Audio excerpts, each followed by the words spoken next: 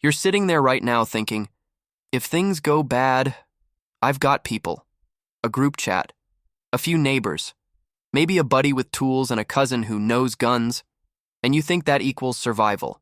But let me ask you something that makes most clans short-circuit. When the pressure hits, who does what? And who decides? Because the moment it's real, most groups don't become families. They become arguments with hunger.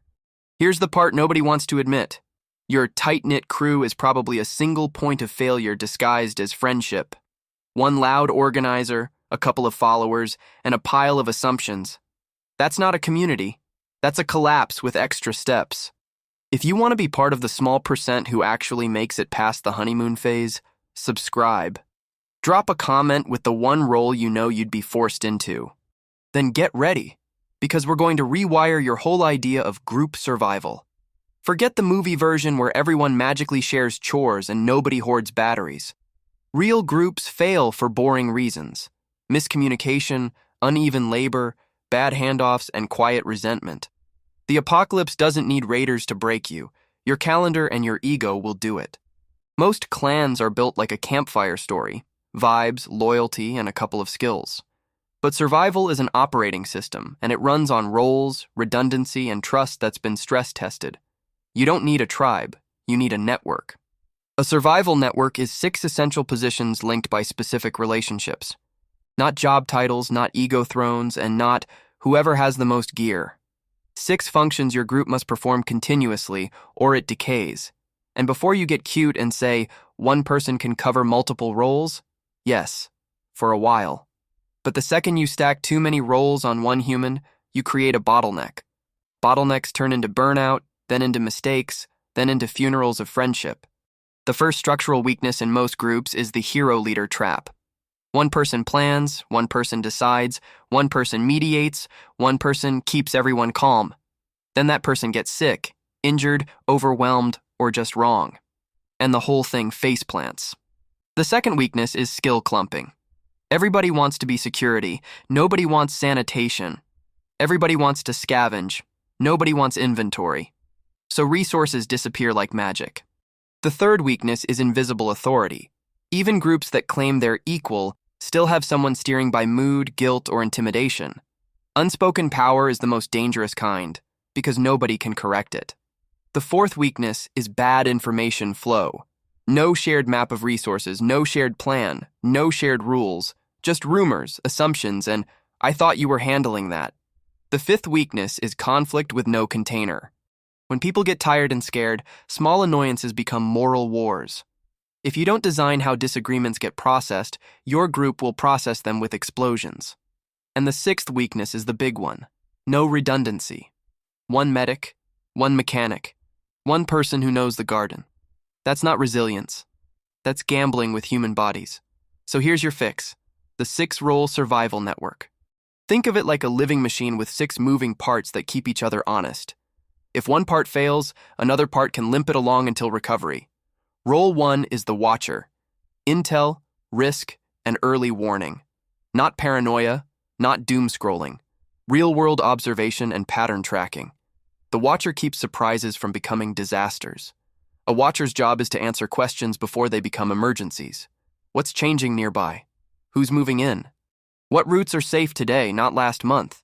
If your group has no watcher, you're basically blindfolded and sprinting.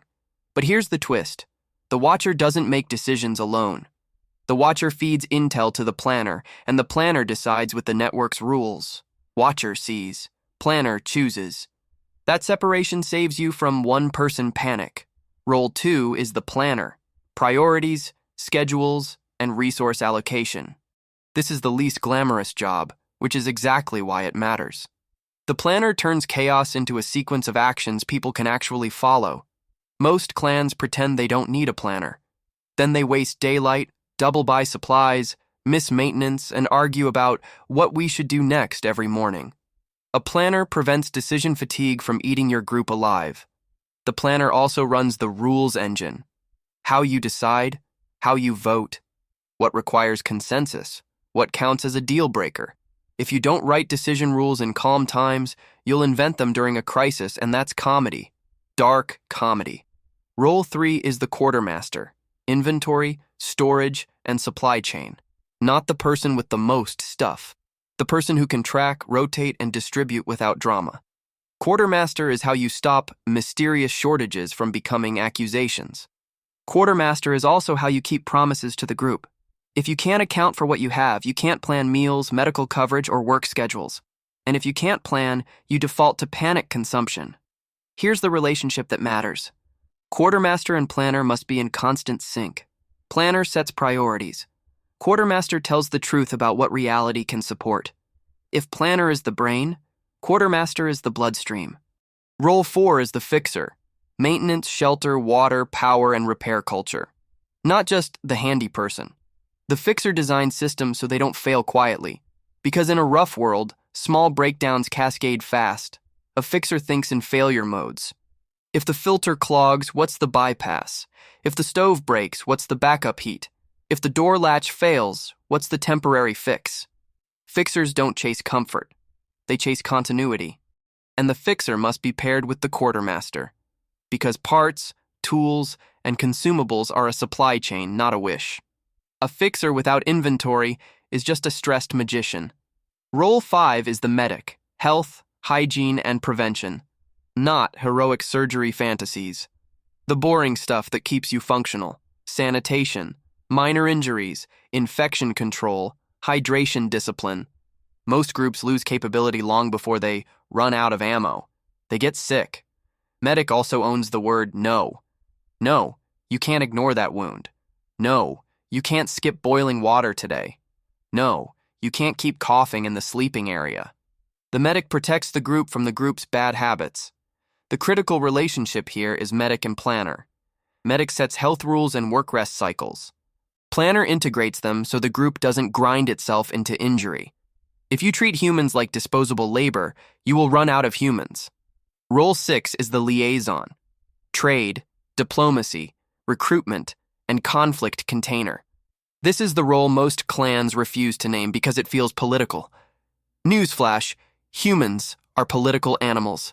Pretending otherwise is how grudges metastasize. Liaison handles boundary management. Who gets access, who doesn't, what help looks like, and how you say no without creating enemies. This is how you avoid becoming isolated, and also how you avoid becoming a charity that gets drained. Liaison is also the justice system, not punishment fantasies.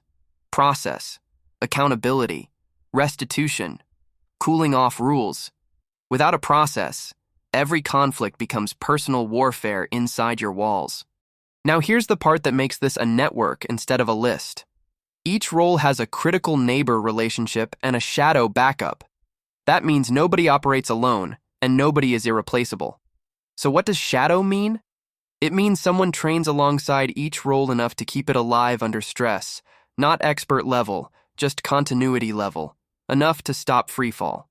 If you build a group of 6, you can assign 1 role per person and still need cross-training. If you build a group of 12, you assign primary and shadow for every role immediately. If your group is bigger than 12 and you don't subdivide, congratulations, you invented bureaucracy without the coffee. Let's talk about the classic security-heavy clan. 6 people, 4 of them obsessed with perimeter talk, and nobody tracking calories or water purification maintenance. That group doesn't get defeated. It starves while feeling tough. Then there's the homesteader-only clan. Amazing gardens, 0 perimeter discipline, no watch rotations, and a liaison role replaced by good vibes. They don't get robbed because they're bad people. They get robbed because they're predictable.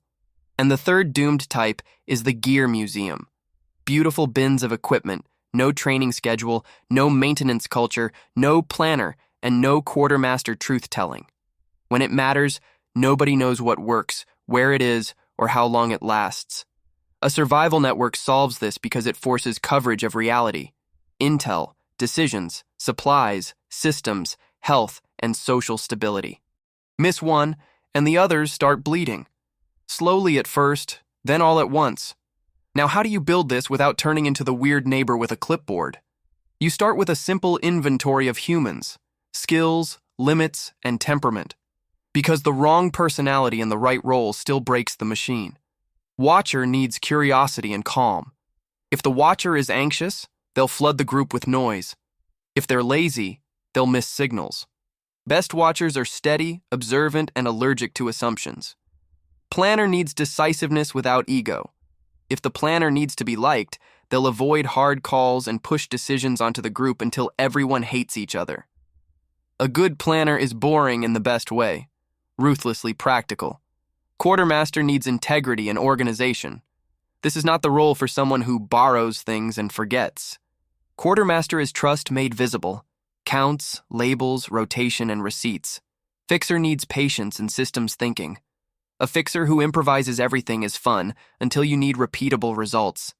You want a fixer who standardizes, documents, and teaches. Medic needs prevention mindset and boundaries.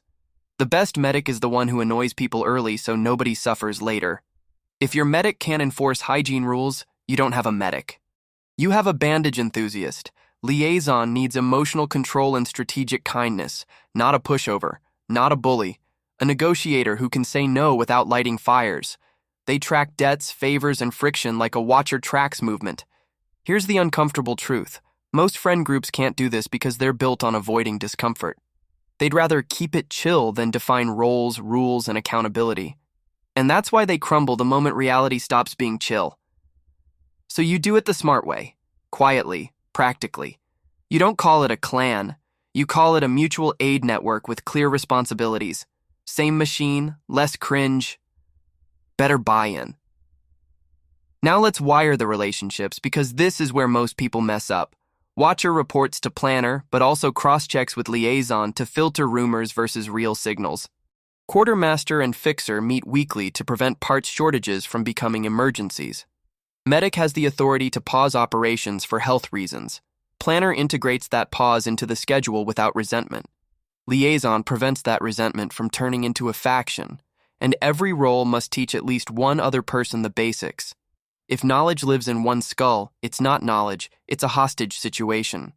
Your network survives by turning expertise into culture. Let me give you a minimum viable setup. 6 people, 1 primary per role, 2 hours per week, training and systems review, 15 minutes per day, inventory, hygiene checks, and intel notes. That's it. That's the machine. Now scale it. At 12 people, you create 2 cells that share a liaison and a planner council. At 24, you have 4 cells and a shared quartermaster standard so supplies don't vanish into pockets. And if you're mostly solo right now, you can still build the network. You become the planner and quartermaster by default, and you recruit 1 role at a time. Start with medic and fixer, because health and infrastructure are the silent killers of lone survival. Pop quiz. What's your group's weak link today? Is it information, supplies, maintenance, health, conflict? If you can't answer instantly, you're not a group. You're a social circle with camping fantasies. Let's talk about recruitment without getting yourself played. You don't recruit friends. You recruit roles. Then you evaluate humans. That means interviews, small commitments, and real-world tests, not vibes. A good first test is the 48-hour reliability check. Give a small task with a clear deadline. Bring a list, do a map walk, rotate supplies, organize a kit. Then watch what happens without reminders. Reliability is louder than charisma. Second test is the stress civility check. Put them in a mildly frustrating scenario, a long walk, a tedious inventory, a difficult group decision. If they get cruel when bored, imagine them hungry. Third test is the accountability check. Can they admit a mistake without blaming everyone else? Because in a collapse, blame is a luxury you can't afford. It burns calories and trust. Now the money question, what about security? Security is not a personality type. It's a system. Deterrence, visibility, routines, lighting, barriers, and planning. Your watcher and planner drive it, your fixer builds it, and your liaison keeps it from escalating conflicts unnecessarily.